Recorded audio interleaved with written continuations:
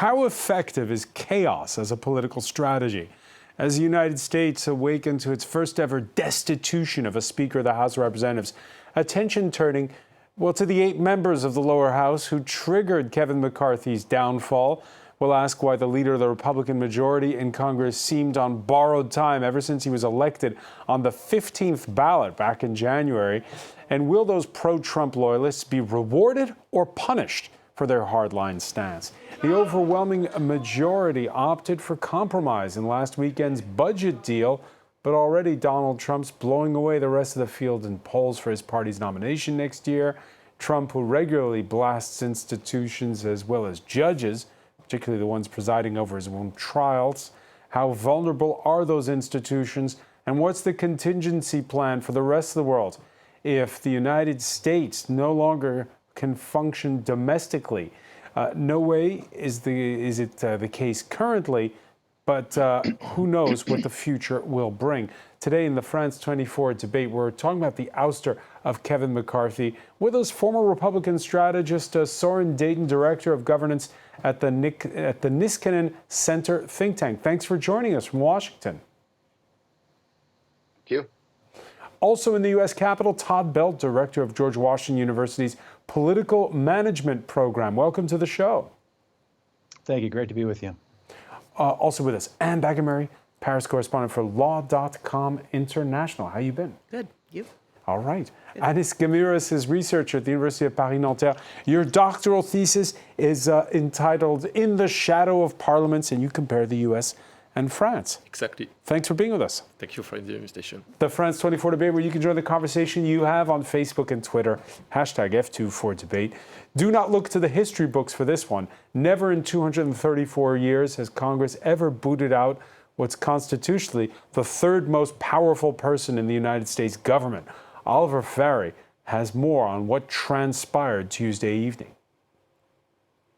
Kevin McCarthy leaves Congress after making history as the first leader of the House of Representatives ever to be removed from office. 8 renegade Republican members joined 210 Democratic representatives to vote to impeach McCarthy, who had been Speaker for just 9 months. The office of Speaker of the House of the United States House of Representatives is hereby declared vacant. McCarthy has presided over a fractious Republican contingent in the House of Representatives that has enjoyed only a narrow majority. Speaking on Tuesday night, McCarthy defended his record. I do not regret negotiating. Our government is designed to find compromise. I don't regret my efforts to build coalitions and find solutions. I was raised to solve problems, not create them. A far-right fringe loyal to former President Donald Trump had plagued McCarthy's attempts to get concessions from the White House over the House budget bill. Matt Gaetz, the Florida congressman who led the push against McCarthy, said the former Speaker had paid the price for working against Republican interests. We have to build from a place of trust. The reason Kevin McCarthy went down today is because nobody trusts Kevin McCarthy. Kevin McCarthy has made multiple contradictory promises, and when they all came due, he lost votes of people who maybe don't even ideologically agree with me on everything. Getting a majority of the House to agree on a new Speaker will be as difficult as back in January when it took 15 rounds of voting to elect McCarthy. The Democrats are unlikely to entice the 6 Republicans they need to cross the aisle to elect one of their own as Speaker. McCarthy blamed the Democrats for not coming to his rescue in the vote, but the Democratic House Minority Leader says the deadlock is a problem of the Republicans' own making and that it's up to them to sort it out. So, Soren Dayton, surprises aplenty on Capitol Hill. First, it was last weekend. We were kind of expecting a government shutdown. Instead, they managed to come up with this compromise. Did you foresee then that this would be what would lead to Kevin McCarthy's downfall? Well, people had been suggesting that this might happen either now or earlier in the year when there was the debate over the debt ceiling. So this is not a surprise in the sense that it was there was certainly a high probability that this happened, but I think it was shocking nonetheless. I mean, as it was happening, talking to people. What was your reaction? This never happened before. Again, shock, but not surprise. McCarthy has been in a very challenging situation because, both he is not used to dealing across parties, and the system in the U.S. Congress, especially the U.S. House, is kind of fragile in narrow majorities. And you saw the risk when you have a lot of diversity in your caucus on opinions like this. Todd Belt, in Shakespeare's great tragedies, the protagonist is responsible for his own undoing. The New York Times reporting on the hours that preceded McCarthy's ouster. I'll read to you what they said. They said the Democrats were considering whether to save a speaker who, in their view, had too often pandered to the radical right. As they gathered in the Capitol Visitor Center to decide whether to overlook Mr. McCarthy's political sins and back him, House Democrats instead ended up reciting a litany of his offenses, an indictment that could have been nailed to the House chamber door. Todd Belt, is this McCarthy's fault? To an extent, it really is. Just to give some more context on that closed-door meeting, Minority Leader Hakeem Jeffries actually played some of McCarthy's statements on Sunday morning, the Sunday after they had brokered that bipartisan deal, and he blamed the closeness of the budget shutdown on the Democrats, when it was actually the Democrats who came to the rescue, voted for it in the House, and also had control of the Senate. So McCarthy, for the Democrats, it was an issue of trust. For the Republicans, especially in this hard right group of the Freedom Caucus, it was also an issue of trust. You just can't make promises and then not keep them. But of course, it is about compromise. Government is about compromise, and McCarthy was not able to deal with making compromises and trying to make sure that this small group that doesn't want compromise is able to be placated. Every single one, Anis Gamiris, of the Democrats siding with those 8 Republicans. You worked for your research on Capitol Hill. What was your reaction to that? Yeah, it was not a surprise because very early we saw that every Democratic member will follow the indication of their leader, Hakeem Jeffries, who had very good work relationships with McCarthy, but decided not to save him yesterday for several reasons. He started an impeachment inquiry against President Biden without a vote, even if he said he wouldn't do so. He also blamed the Democrats for the shutdowns, where they voted legislation to avoid this kind of shutdown. So they were very angry, and they didn't choose to save. They chose not to save him. Of course, the focus is not so much of that unanimous vote against McCarthy by the Democrats, but more about those 8 Republicans. In most democracies, the conversation would now turn to snap elections. That's not the way the U.S. Constitution works. Instead, well, it's the same cast of characters all the way through next year, including the 41-year-old Republican from Florida who led the insurgency against Kevin McCarthy. Brian Quinn has the story. Kevin McCarthy won't be the Speaker of the House. For Kevin McCarthy, he's a villain straight out of Hollywood, Florida, that is. Born near Miami, the son of a state senator, Matt Gaetz now represents a Republican stronghold congressional district on the Florida Panhandle. His heavily coiffed pompadour and tailored suits, natural extensions of a penchant for showmanship. Mr. Speaker, my friend from Oklahoma says that my colleagues and I who don't support Kevin McCarthy would plunge the House and the country into chaos. Chaos is Speaker McCarthy. A staunch loyalist of Donald Trump, upon taking office in 2017, Gaetz quickly fell in with the House Freedom Caucus, the U.S. Congress's most hardline, farthest right-wing faction. Though eloquent, his legislative record is thin, his combative style winning him few friends even among his own party. This is a guy who's never built anything up. In 7 years around here, the sum total of his legislative accomplishments has been slowing down conservative progress and throwing stones at other members who are actually trying to get things done. I'm afraid of $33 trillion in debt.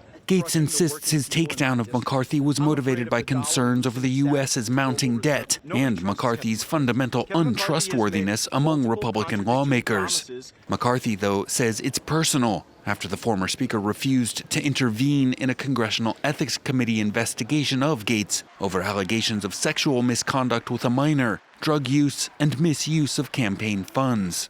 Should that investigation result in findings of guilt, a number of House Republicans are reportedly planning a motion to expel Gates from Congress. And Becca Murray, is this 15 minutes of fame from one junior member of Congress, or are we going to be hearing a lot more from Matt Gaetz?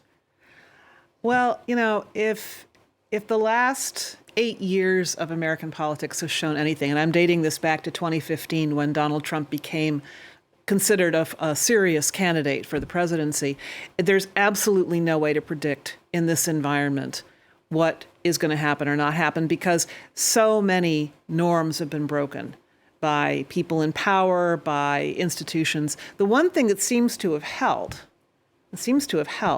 is the popularity of the message that Donald Trump has been putting out pretty much consistently for 8 years.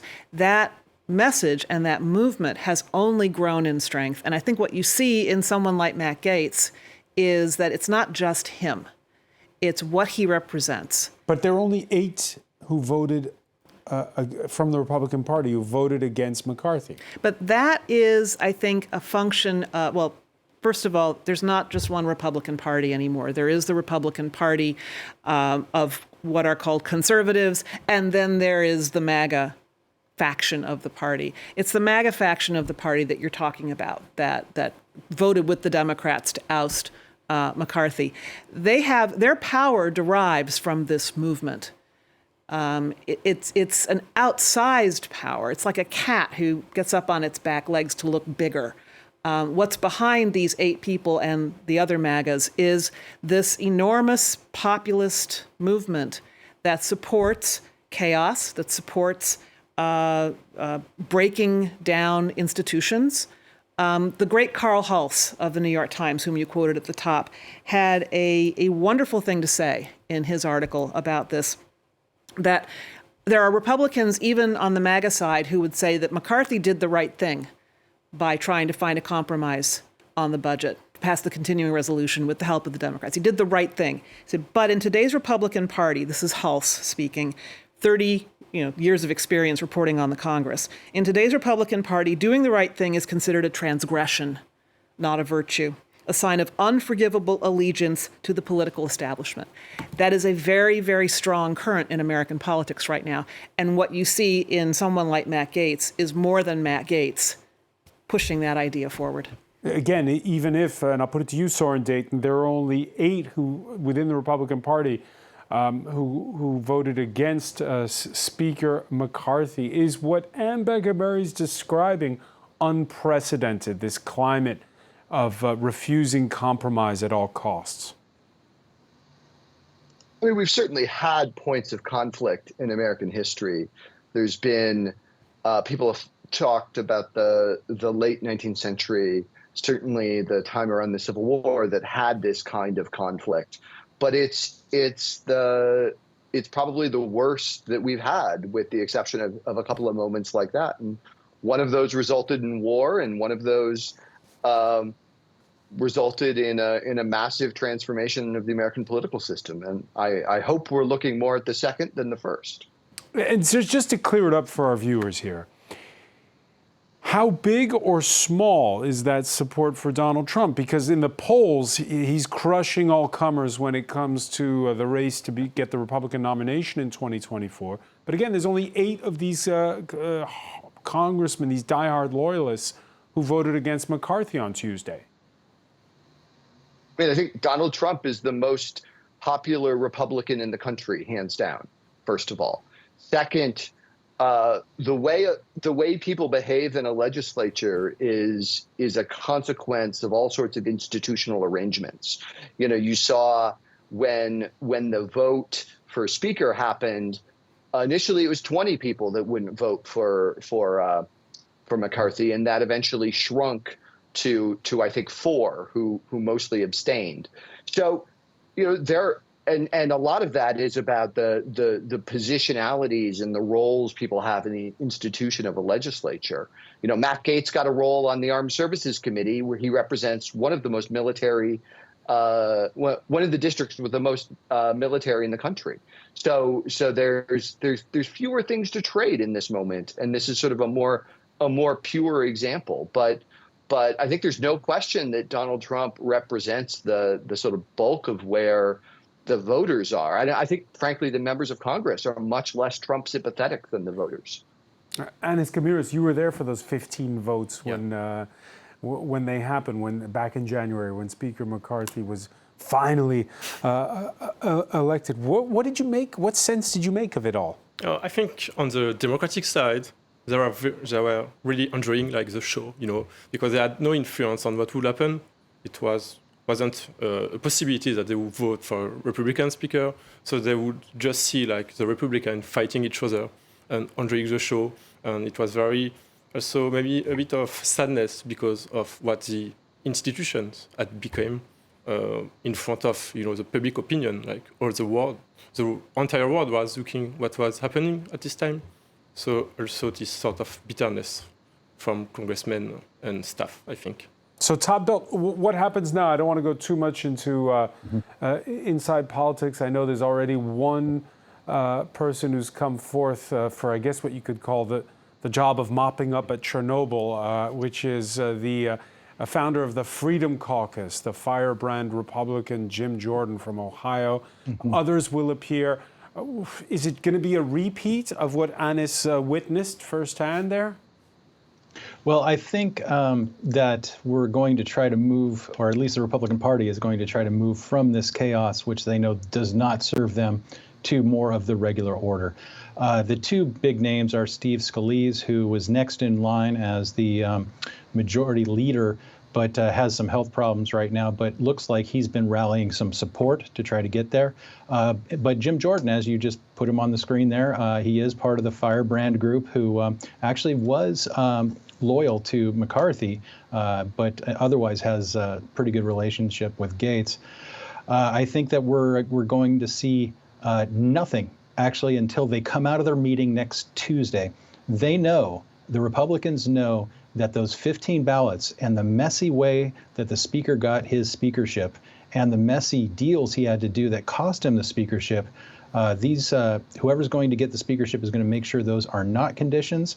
They're going to come out of that meeting and they'll probably have just one ballot, and they're going to try to say to the American people, look, we are not this party that you've seen last week that was very chaotic and out of order. They're going to try to reclaim some air of normalcy so they can get those 12 appropriations bills passed again, so they don't get another government shutdown hung around their neck. Todd, there's the old line by Democrats that Democrats fall in love, Republicans fall in line. But of course, that's been tested by what you've just described.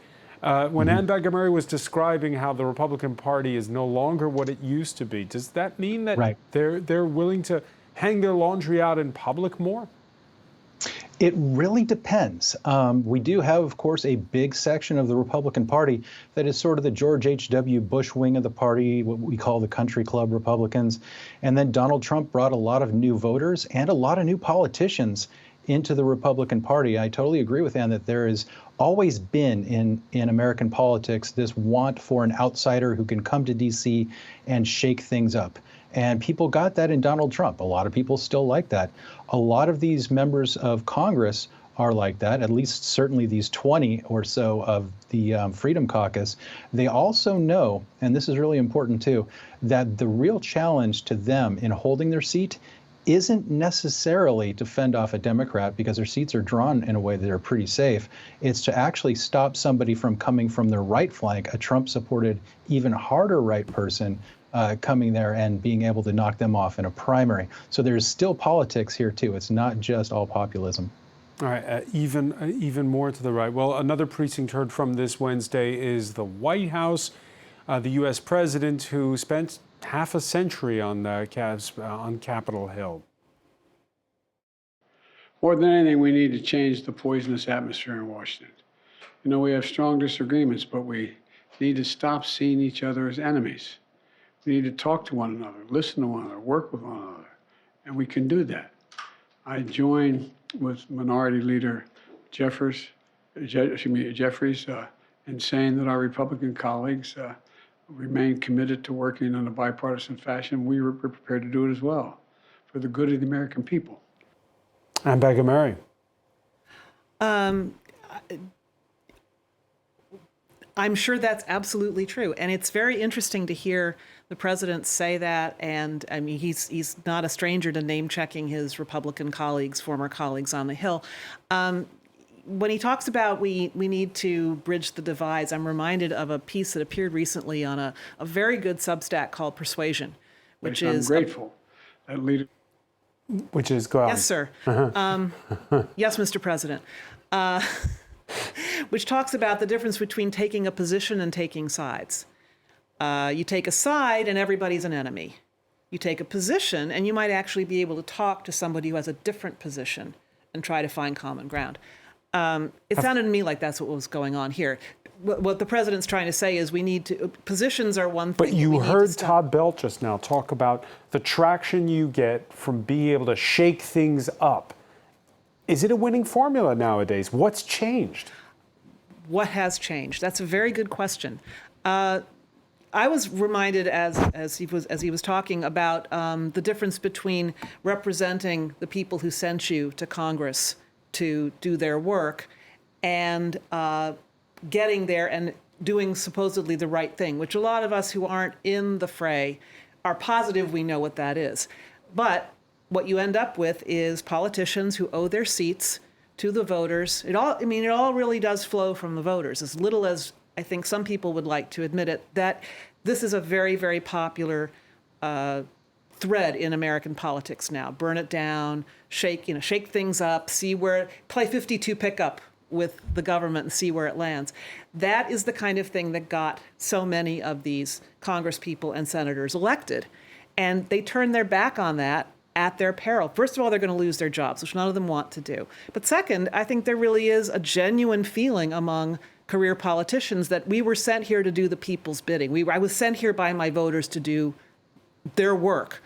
And if their work is shake it up, burn things down, or vote in this way, vote in that way, push for this, don't push for that, that's what they're going to do. So you may have quite a few congresspeople who, personally speaking, and in terms of policy making, would not be in line with the MAGA idea.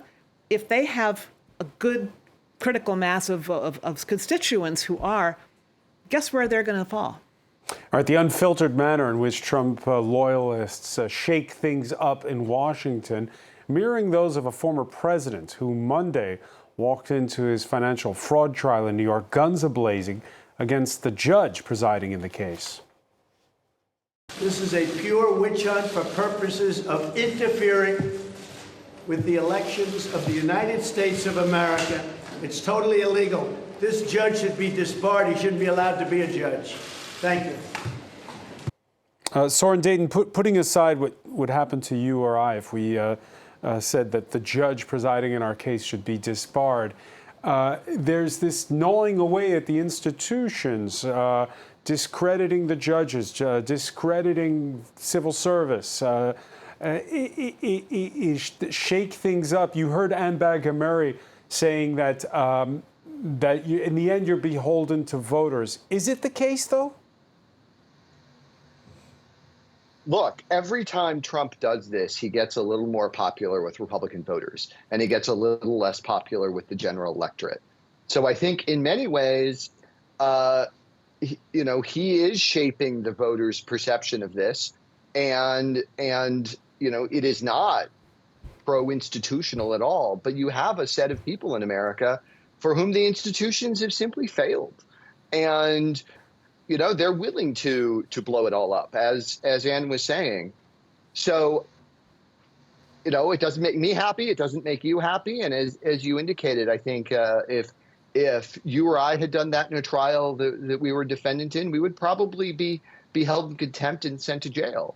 But we're in a situation that the American political system doesn't know how to deal with. It doesn't have models for how to deal with. And it's going to be quite a dangerous couple of years. On that score, Soren, you had what some would brand an attempted coup to overturn the elections on January 6, 2021.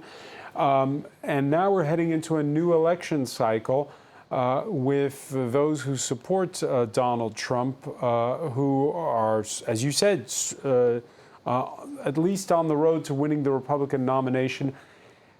I guess, simply put, how is U.S. democracy doing? Better or worse than when Trump left office?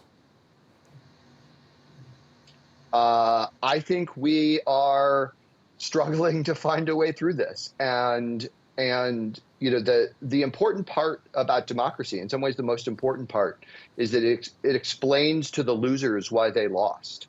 And I think we are failing on that core test. The people who lost the 2020 election either don't understand or don't believe or are simply lying to people. Why? And that may happen again. I honestly don't have an answer that I find compelling, but I think some of it is delusion. I think some of it is a form of simply lying. You know, that is, there's some people are lying to themselves. Some people are lying to the public. But I think the most important point, and this is going back to what Ann said, there are people that want to hear that lie and are willing to work with it. And this is not unique. Everywhere in the rich world, this is happening, right? We've been having forms of this in this country since at least 2010. You've had the rise of the far right. I don't need to tell anybody in France about this. It's been happening in Germany. It's been happening in Scandinavia. The UK. You know, this is something in our society right now that we don't quite know how to cope with. But our institutions make it worse in the United States. There's no question. Anis Kamiris, when you had a presidential election here in France last year, the far right made it to the runoff. Marine Le Pen, though, conceding defeat on the night. She didn't question the results. She didn't say that it was rigged. Could Europe be in a situation where there's a sort of a mirroring of the kind of discourse of those who've lost an election? I'm not sure. Like the U.S. presidential election has already been contested. Like in 2000, it was very tough situation where that led to a lot of suspicions and distrust toward the electoral process in the U.S. In France, we don't see this kind of critics toward the way the electoral process is designed. We don't have an electoral college. Vote by correspondence, by mailing, is not a problem in France. It's something very usual. So I don't think it's going to happen in France in the next years, maybe elsewhere in Europe, but I don't see it in France. Is it about the rules, Todd Belt, or is it about the mindset of the constituents? Well, it is certainly actually about the rules in a large degree, but there's also, I can talk a little bit about how our fragmentation of our media has led to a bit of this problem. But the rules in the United States, where we have what's called first past the post plurality elections, we don't have proportional representation. What that does is it breeds a two-party system, and it means that you have less of an opportunity for parties to try to work across their party boundaries to try to form coalition governments. In the United States Congress, you can see how very clearly divided it is. Only a few votes, 4 votes is all that McCarthy could have lost to keep his speakership, how it took him 15 ballots just to get the speakership.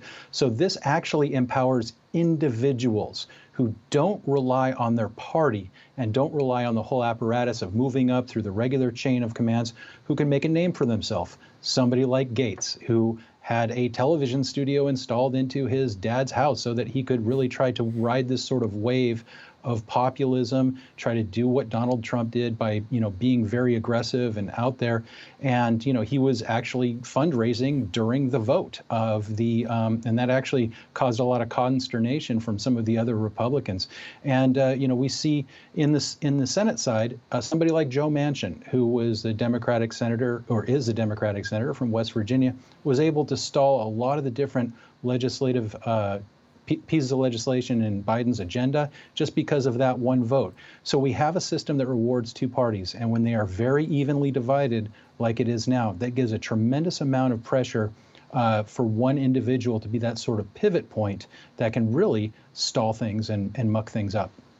Individuals have always been part of the theatrics on Capitol Hill and Mary. Their politics, though, have changed. You mean the individuals who are standing out? Yeah, I mean, they're, if you like, they are standing on the shoulders of whichever party they are, at least on paper, affiliated with. And, you know, they've had to work a system, even if you have some amount of money. Some people would say billions, others would say, you know, someone like Trump. You can work outside the system to a certain extent, but at a certain point, you have to be brought in and be affiliated. And so the tough balancing act there is to be an individual, yet also toe the party line enough to keep your support.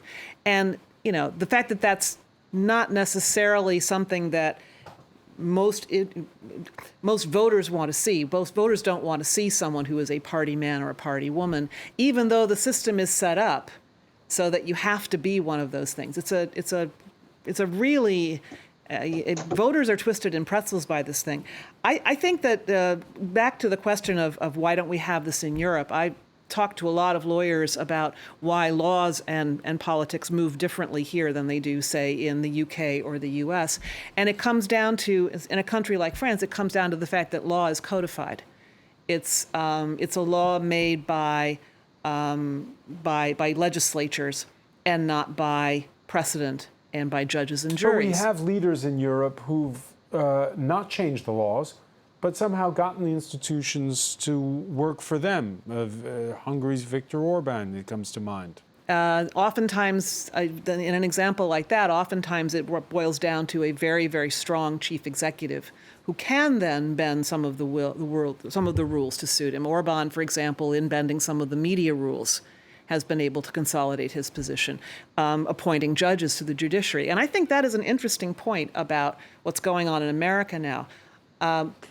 Trump and his supporters may be able to bluster their way through a political debate or a political campaign, but when it comes to standing in front of a judge or a jury and having lawyers argue your case as they must as officers of the court and respect those rules, it's a very, very different picture. I mean, Donald Trump right now in court is not where he would ever want to be because he's not making the rules. And nowhere is that seen more clearly in the fact that he was just issued a gag order. But you heard Soren say every time he goes on trial, his poll ratings go up. Right, that's the political side of it. Right. It'll be very interesting to see what happens if he's ever convicted. Is that also going to bring his poll numbers up? Is that also going to be a flood of fundraising? So we'll have to see. Let's turn to the French guy in the room here, Anis Guimaraes. You know, here in France, we have a parliament that institutionally is kind of weak, in fact, very weak. Right now, even though you have power sharing because the president's party is in the minority, they've still managed to rule by decree, using special rules to get things like the budget passed. Over in the U.S., when you were there, and you look, we're talking about the weakness and strength of institutions. Did you get the impression that Congress was weak or strong, as a Frenchman who's also paid attention to what goes on in Parliament here? Yeah, from a French perspective, Congress is very strong. Like, it can veto like almost any legislation, and is like, for the budget or things like that, the president and every chamber has to really bargain with the other party, whereas in France, the executive is so powerful, it doesn't really need to. They have a majority that follows them, whatever they want to do. And so it's very vertical, the way French work. When I was in the US, it was all the debate in France with the pension reform, you know, and the executive passed that reform, which was very unpopular, without a vote of parliament. A simple vote of no confidence, which the government was able to pass. Yeah, but like a strong. But without a vote on the legislation itself. Right now, it's all U.S. domestic policy we're talking about, but the whole world is watching. Shortly before Tuesday's vote, the Biden administration's national security spokesperson worried aloud that last weekend's budget compromise that we were talking about at the outset, the one that froze $6 billion worth of aid for Ukraine, could set Kyiv and his NATO allies on a dangerous path. A lapse in support for even a short period of time could make all the difference on the battlefield. Just as critically, such a lapse in support will make Putin believe that he can wait us out, and that he can continue the conflict until we and our allies and our partners fold. A strong signal of support now and into next year will make it clear to Putin that he's wrong about that too, just like his assumptions have been wrong throughout this entire conflict. Soren Dayton, in the last minutes, Joe Biden stating that he's worried about Republican infighting, how it could hurt Ukraine aid. Are you worried? I am. You know, it's clear that there's a strong bipartisan majority in each house, that is the U.S. House and the Senate, for aid to Ukraine. However, essentially what was contested here was the question of whether the speaker lets those bipartisan majorities speak, whether they can act. And I think this is going to be something that's contested again, and ultimately this is going to be the challenge that any speaker will face. So hang on a second, Soren. You just heard Anis saying how, seen from France, the U.S. Congress has strong institutions. Are you arguing the opposite?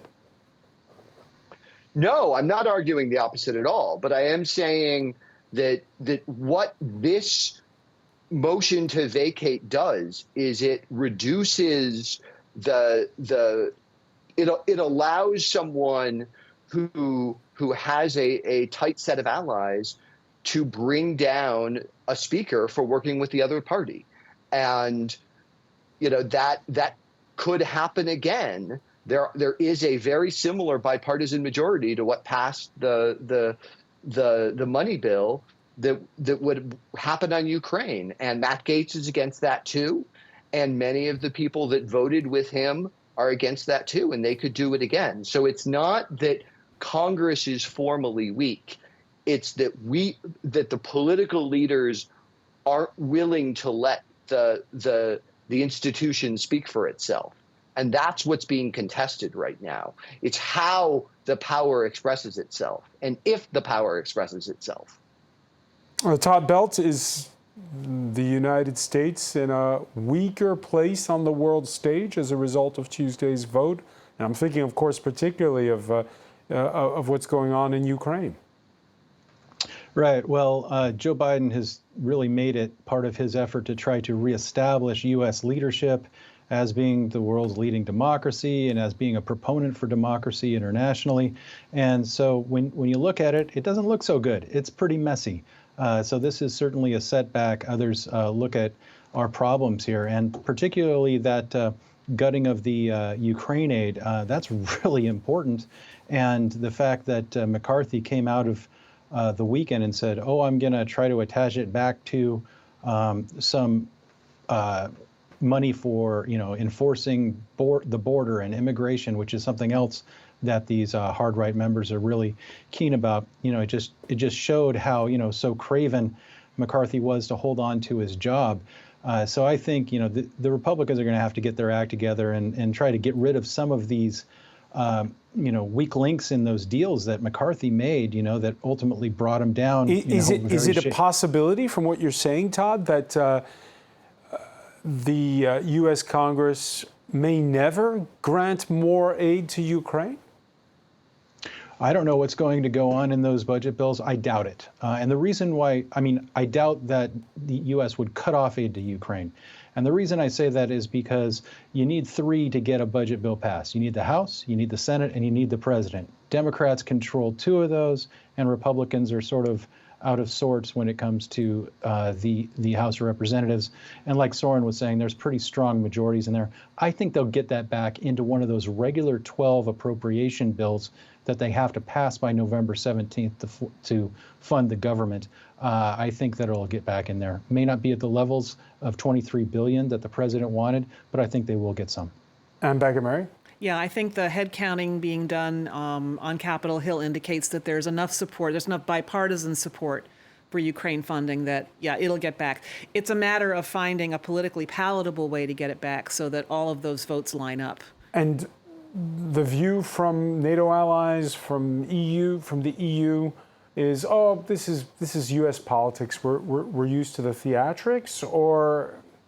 Well, I think it takes a lot. And again, I'm going back to 2015 when Donald Trump became a viable candidate. There was a lot of talk about how this was going to shake everyone's faith in the United States. This was going to be devastating for the Western alliance and for the balances of power. I think it takes an awful lot to shake the world's faith in the United States. The United States is still not just a country in a lot of places, it's an ideal. And I think that between the fact that, as it's been said, Democrats control 2 out of the 3 pieces of the puzzle, the fact that this is a blip, the last 8 years are a blip in the history of the U.S. being a model for democracy and participative democracy. Democracy's messy. I think everybody agrees with that. Ask anybody in the UK about how the Brexit referendum, which was pure democracy, has played out for them. No, I think that there's every chance that Ukraine will get its aid. There's also every chance that Putin will continue this war, hell or high water, at least until the 2024 elections, hoping for a Trump victory so he essentially gets a pardon. So I'm, as much as I and anybody else follow the progress on the ground and look at the maps and hope for the best for the Ukrainians, Putin's in this at least until 2024. And I think everybody's aware of that and that the Ukrainians need our help. Might be a blip in U.S. history, although some might argue that this take no prisoners kind of politics has been around a lot longer than Donald Trump's been in politics. It's a first destitution we've seen of a Speaker of the House, but Kevin McCarthy's far from the first House Speaker to throw in the towel. John Boehner and Paul Ryan grew tired of challenges from the anti-tax Tea Party wing of the Republican Party. They resigned, and in 2014, the House Majority Leader, Eric Cantor, was defeated in his re-election primary by a rival espousing fiscal purity. Soren Dayton, when you think back, again, this idea of